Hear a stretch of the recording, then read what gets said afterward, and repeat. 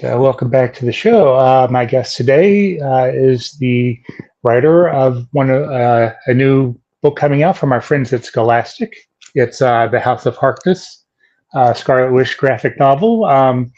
And I will, just so I don't butcher her name, I will let her introduce herself.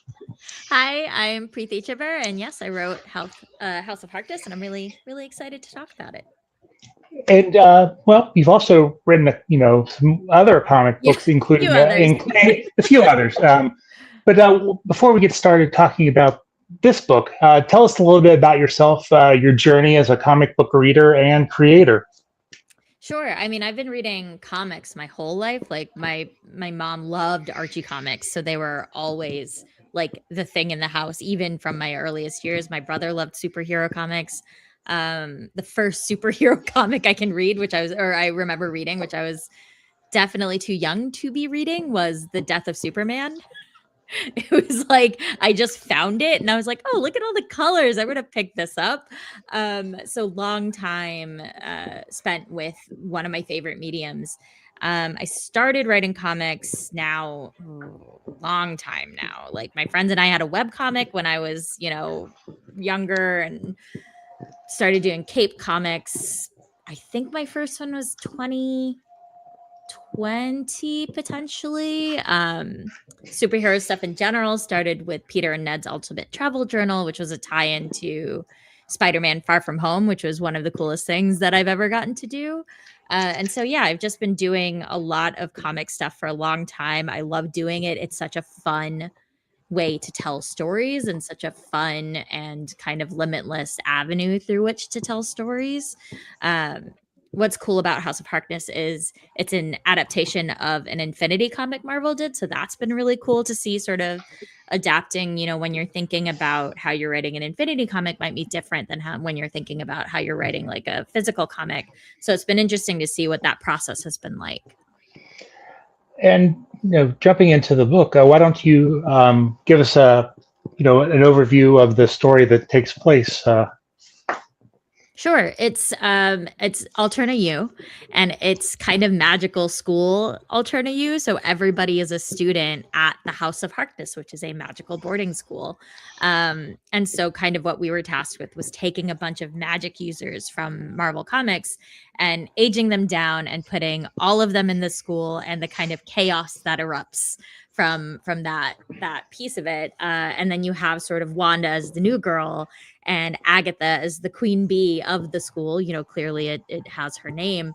And that's kind of where it came from. And it's that is kind of the very basis of the story.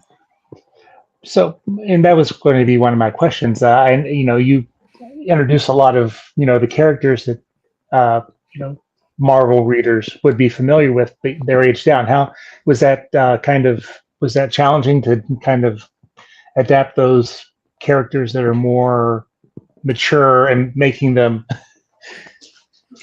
younger, immature? Not immature, but suitable for a younger audience. No, it was actually very, like, I write children's literature is another big lane for me. So I've written YA, middle grade, picture books. So it wasn't too hard to do that, because first of all, I don't think anyone ever stops coming of age. Like, we are all constantly learning and growing throughout our entire lives. So that's not too hard to kind of bring two characters who are adults and then, bringing them down to 16 or whatever. And then it is just sort of heightening their characteristics, whereas adults, maybe they won't say the thing that they're thinking. Mm-hmm. As kids, perhaps they don't have that value yet. Or you have someone like Loki who 100% would say what they are thinking. So, it wasn't difficult. It was actually just really fun to imagine what these characters would be like as students, and sort of engaging with each other as students and teenagers. So yeah, it wasn't difficult at all, actually, from that lens. So as you were, developing the story, was there a character that you kind of attached to, or one that became a favorite? or one that was more difficult to write? I like asking multiple questions all at once. I think what Loki was one of my favorites to write because Loki was just I knew I could put Loki in a scene and it would elevate it and it would just allow it to go in unexpected directions. And then also like Nightmare was a surprise because I think it is hilarious to take a character like Nightmare and make them a 16-year-old and put the character inside of this boarding school. Um, Unexpected sort of surprises were Loki and Stephen Strange interactions were ones I wasn't expecting, but then when I put the two of them together, I was like, "This is great. This is so fun." And then for Wanda and Agatha, some of the difficulty was sort of balancing that kind of tropey like queen bee versus new girl thing, but not falling into stereotypes and letting them still feel very grounded and like real kids. But I think we did it. Now, I know that you had a your debut young adult was a rom com. Mhm. Um, how what was the difference between coming up with your creator owned and then working in the guidelines that you were given for by with these established characters? I think with IP, it's always worth remembering that you are playing in someone else's sandbox. Like you, as much, I mean, Marvel is like, I've never had an experience at Marvel where an editor was like, absolutely not, you're not allowed to do this. Like everything is always a conversation. And, I wrote original Spider-Man novels that are, Peter Parker. That is truly like my version of Peter Parker. It's not 616. It's like a unique world that Peter Parker exists in. And I had a lot of leeway there with the version of Peter I created for those books. But when I did the Spider-Man Far From Home books, I was like, that's not my Spider-Man. So like I have to subscribe to the choices that the filmmakers have made and the studio has made for the character. Whereas some things that I would say, like my Peter Parker would do, their Peter Parker wouldn't do. So that's something you have to think about when you're approaching characters that you don't own, is that other voices get to have a say in how you approach the character. And why don't you go ahead? I mean, I know it's been out for what? Only 2 years. So tell us a little bit about your creator-owned graphic novel. So the book is prose, actually. It's not a graphic novel. It Okay. is Okay. a YA novel. It's called Bile Mehta's Romance Revenge Plot. It is sort of like my ode to early 2000s teen rom-coms. So like She's All That, 10 Things I Hate About You, with a modern twist. I think it's this girl is convinced that the guy that she's had a crush on forever, like her whole high school career, is like the guy, and they have what she thinks is going to be this like really great date, but it's not a date, and he offers to like set her up with his friend at the end of it. And so she's like, well, that's not okay. Like, I'm going to convince you that I am eligible and that you should fall for me. And convinces her like arch nemesis to work with her. And of course, then it's enemies to lovers and it's a lot of banter. And it's really fun and it's really funny. And I love a rom com. I love rom coms. And how has writing the prose affect not affected but helped you write comics, and or how has comics helped you write prose? They're very different. I think writing prose, you approach it with a different sort of visual sensibility of how you're approaching. Obviously, like the mechanics of the scene need to make sense when people are like imagining it. But that's sort of the approach. You're like, oh, when someone is reading this, I want them to be able to visualize or understand the importance of what the visuals of a scene look like. Comics, obviously, you're working with an artist, and you have to like.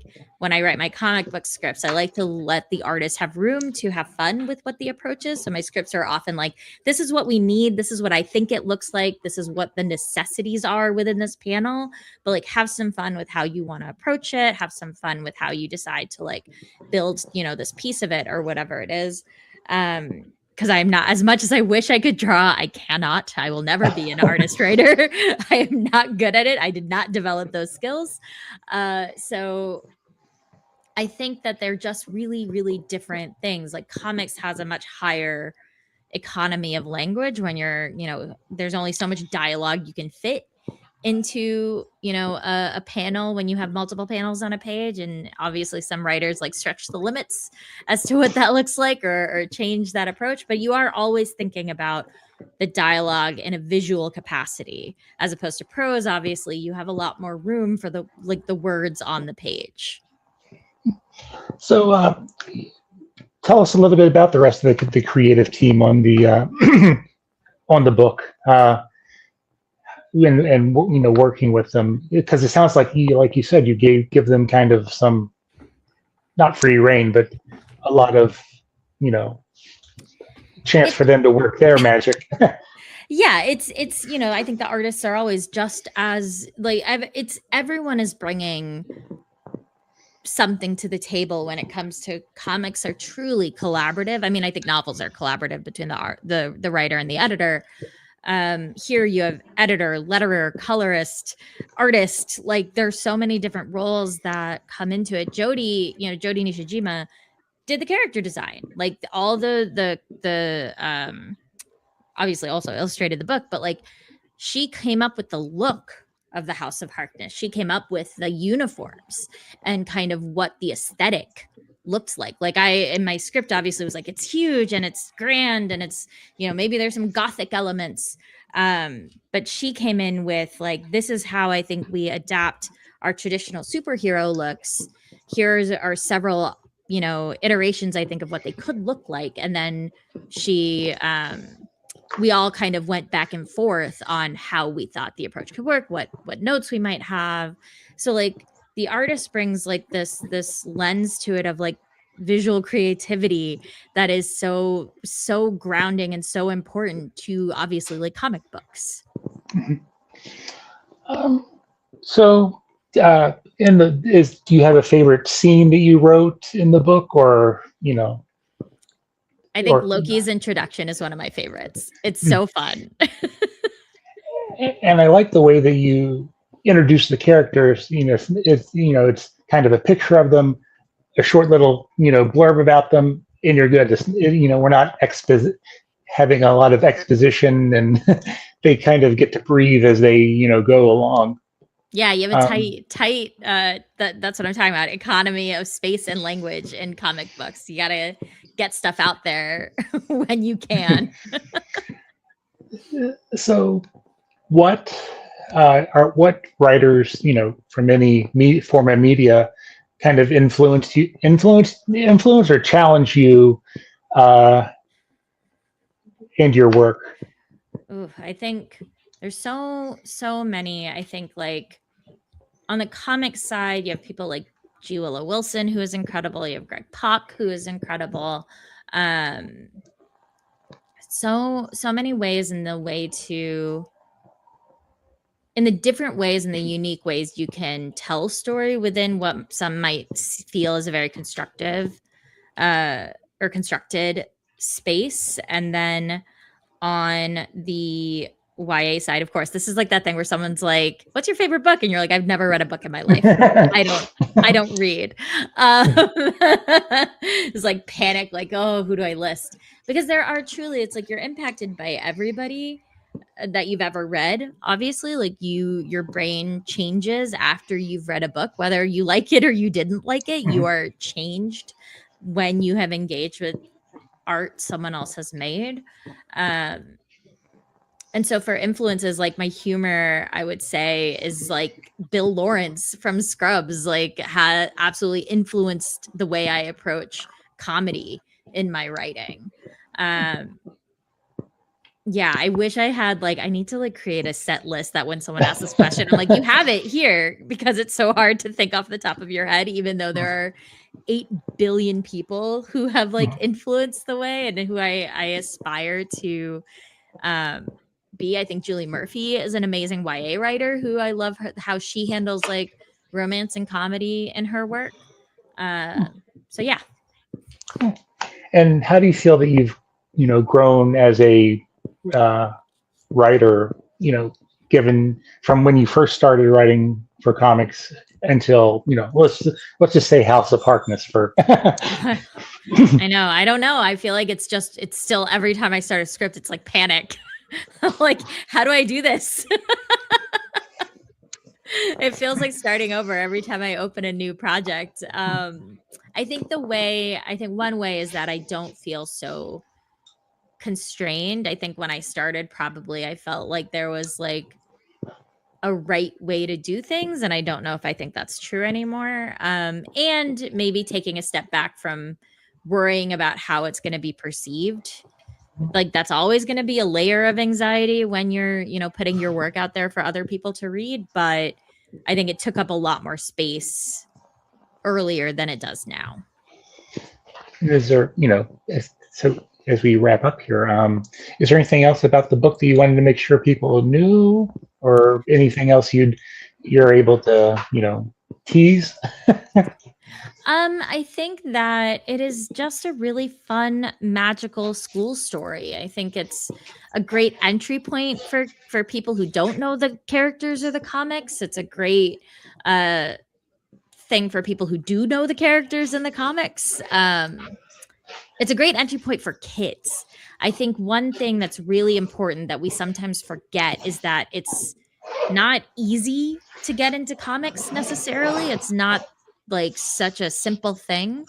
And so when there are entry points for young readers, we really let those exist and share them with young readers, because this is a YA book and it's totally great for like 12 and up. Like, if you love comics and your kid hasn't gotten there yet, or maybe your kid loved like Dogman and that kind of stuff, but now they're ready for like something a little bit older, like this is a great book for them to pick up. Awesome. So is there anything you want to promote, or where can people find you on social media? Sure. Obviously House of Harkness, which is out in July. When is this going up? Probably next week. Castiel, Supernatural Castiel #1 is in shops now, I think, by the time this episode goes live, because I think it comes out next week. That is the first comic appearance of the character of Castiel, written by me, art by Pasquale Coelano. It's really fun.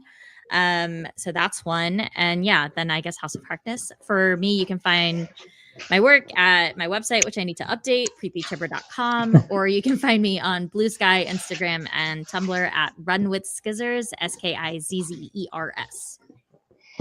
All right. Well, I want to thank you for taking the time this afternoon to chat, and would love to have you back if you have anything else coming up that you would like to talk about. All right. Awesome. Thank you so much. All right. Well, thank you and have a great day.